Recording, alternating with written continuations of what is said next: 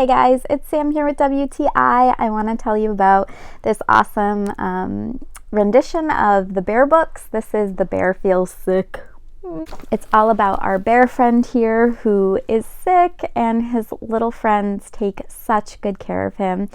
I really love this book because I feel like it's such a good lesson to teach your little one, number one, to help others when they're sick, and what we can do to help them. And then also, if you are sick, appreciating those around you who are taking care of you. I feel like there's a lot of great lessons and conversations that you can have with this book. Here, their friends are trying to get Bear to feel better. So they say they coax Bear to sip just a smidgen of tea. You'll feel better soon, says Mouse. Just wait and see.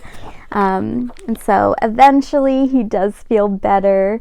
And it's all thanks to his little friends who have taken care of him. In the end, they get sick, and then he gets to take care of them. So I think it's a great book. It opens up a lot of different conversations you can have with your little one, and it's really fun too. So definitely recommend this, and that is my point of view.